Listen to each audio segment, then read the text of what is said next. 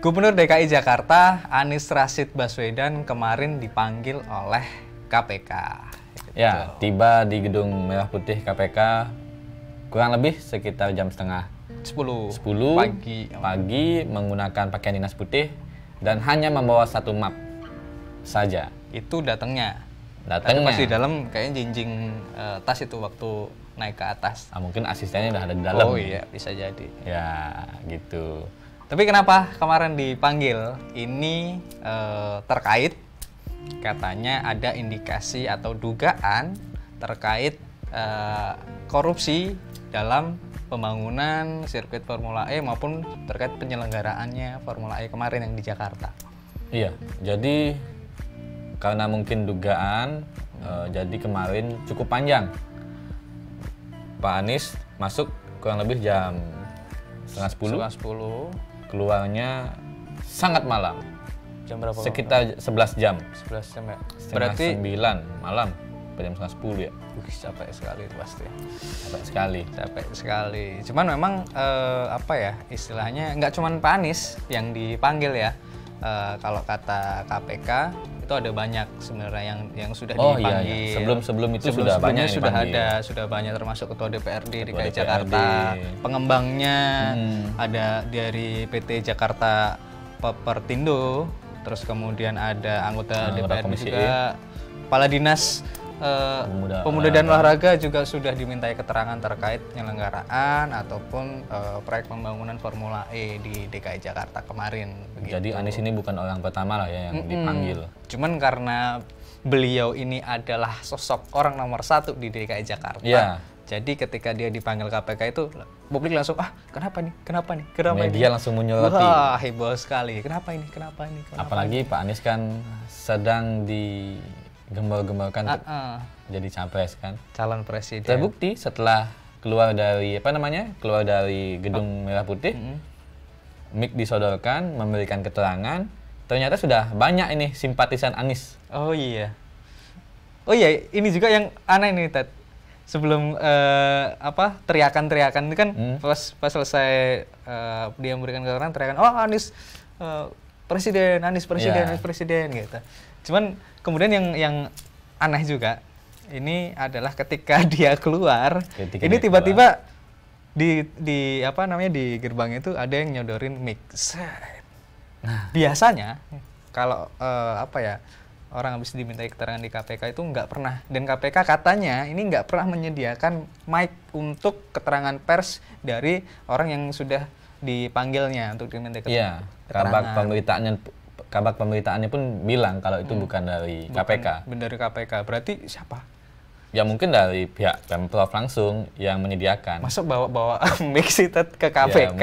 Ya mungkin Pak Anies sadar bahwa keterangannya dia sangat penting, sangat ditunggu-tunggu oleh pihak media, sehingga ya daripada satu-satu, mending saya langsung bicara. Daripada ribet ya? Mending bawa mic sendiri ya? Bawa mic sendiri kan bisa sekalian kan? Iya juga. Cuman aneh aja gitu loh, baru keluar tiba-tiba ada yang nyodorin terus mundur lagi kan dia. Itu bagus, inisiatif namanya. Inisiatif.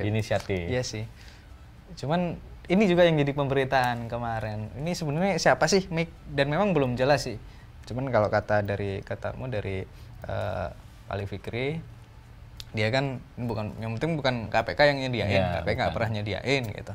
Entah dia dapatnya dari mana. Siluman tiba-tiba gitu aja ada gitu berdiri, dan nggak banyak memang.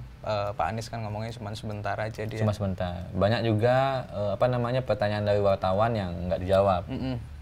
Sejak awal dia datang nggak mau ngomong sama wartawan gitu. Mau ngapain sih dia di sana gitu. Dan apa aja yang ditanyain di dalam beliau nggak mau jawab. Pak Anies nggak mau jawab. Pas datang dia cuman halo, kasih jempol, mantap gitu, terima kasih. Tapi kan setelah itu juga dia cuma mengatakan kalau dia sangat senang bisa berkontribusi dalam upaya untuk memberantas korupsi. Habis itu dia kemudian menjelaskan nih track recordnya dia bersama KPK. Saat rektor pernah mewajibkan mata kuliah anti korupsi. Kemudian sebelum masuk pemerintahan lah banyak sekali masuk tim 8 lah dan sebagainya. Jadi itu yang dijelaskan pada saat Mike itu sudah di depannya dia. Kita ngomongin Mike ini. Tapi kalau menurut Wakil Ketua KPK, Pak Alexander Marwata, itu dia bilangnya bahwa pemeriksaan Anies kemarin itu terkait dimintai keterangan terkait klarifikasi terkait inisiasinya, terus kemudian perencanaan, penganggaran, dan pelaksanaan Formula E termasuk pembayaran komitmen fee di terkait penganggaran di Formula E itu gitu. Kalaupun memang ini terindikasi ada permainan, ya biarlah nanti KPK kan yang akan menyelidiki itu, dan sekarang masih dalam proses penyelidikan. Itu jadi masih banyak yang dimintai keterangan, dan nggak cuman tadi nama-nama yang kita sebutin aja, tapi masih banyak juga nama-nama yang disebutkan gitu. Dan juga di luar itu Pak Firly Bahuri, Ketua KPK juga memberikan apresiasi karena Pak Anies sudah kooperatif dalam upaya-upaya pemberantasan korupsi, khususnya di isu Formula E ini. Jadi mau ketika dipanggil diminta keterangan dia datang. Iya, gitu langsung datang aja. Nggak ada drama-drama, nggak datang pemanggilan lah. KPK harus keluarkan surat pemanggilan kedua lah, nggak ada langsung. Tapi yang drama-drama ada, Ted. Waduh, gimana nih? Ceritakan. Ya mungkin karena ini bagian dari politik juga sih. Maksudnya kalau kita bicara soal, kan ada orang yang seneng, ada yang enggak, ada yang dukung, ada yang menolak kan gitu. Ada juga mungkin memang yang betul-betul ingin bahwa kasus ini dibuka selebar-lebarnya kan gitu. Termasuk dalam beberapa yang disampaikan oleh politisi-politisi DPRD di DKI Jakarta. Khususnya yang menjadi posisi. Ya sepertinya begitu gitu. Jadi banyak teman-teman DPRD DKI Jakarta memang menginginkan kasus ini diungkap, dibuka seluas-luasnya terkait praktik-praktik MOU administrasinya. Iya, karena salah satu anggota DPRD dari fraksi PDIP juga mengatakan bahwa banyak nih dugaan-dugaan maladministrasi, misalnya kayak adanya tambahan anggaran sampai 90 miliar. Itu nggak dibuka di rapat. Nggak dilaporkan ke DPRD ya? Kemudian soal soal MOU. Sampai hari ini MOU yang ditandatangani di New York, Amerika Serikat, yang kemudian direvisi di Singapura itu juga belum diserahkan kepada DPRD. Kemudian soal akuntabilitas laporan lah, belum juga dilaksanakan. Katanya sih belum ada kantor akuntan yang mau mengaudit. Berarti memang istilahnya ini memang harus dibuka gitu. Dugaan-dugaan itu bukan tidak berdasar. Betul. Tapi tetap proses hukum harus berlanjut. Makanya KPK langsung bertindak cepat, memanggil semua orang yang terlibat, semua instansi yang terlibat di sana dia panggil untuk dimintai keterangan, diselidiki benar atau tidak ini ada aktivitas korupsi di sana, di dalamnya begitu. Terlepas dari event ini sudah membanggakan Indonesia lah ya. Bahkan kan sampai dihadiri oleh Pak Presiden juga. Betul. Tapi sempat juga kan waktu itu ada insiden yang roboh gitu kan.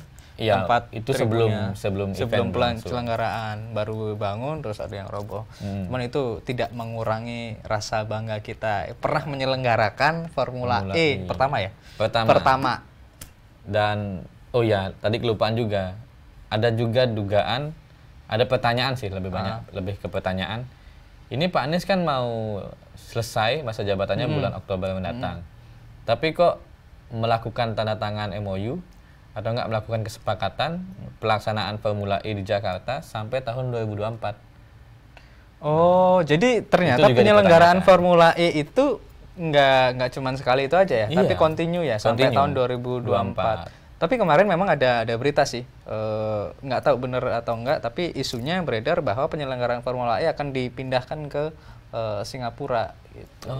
Jadi nggak di Jakarta lagi. Cuman nggak tahu informasinya itu benar atau tidak, masih dalam berkembangan kan. Atau mungkin karena ada something problem juga yang menyebabkan nggak lagi si ini berminat untuk menyelenggarakan di Formula E-nya Di di Jakarta. Jakarta. Ya, tapi kan kita harapkan Formula E tetap dilaksanakan di Jakarta supaya sorotan media dunia internasional itu ya ke ibu kota negara kita.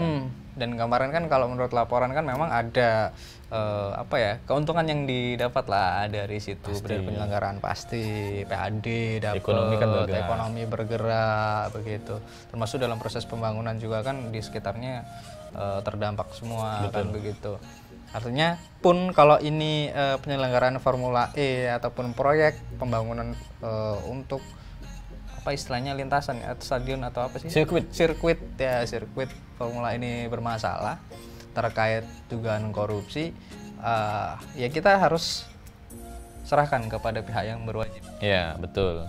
Tapi harapannya penyelenggaraan Formula E karena sudah ada, ini harus dijalankan dong. Tetap dimanfaatkan. Jangan sampai dimangkrak begitu aja. Iya, betul. Sayang sekali. Jangan sampai kayak Hambalang.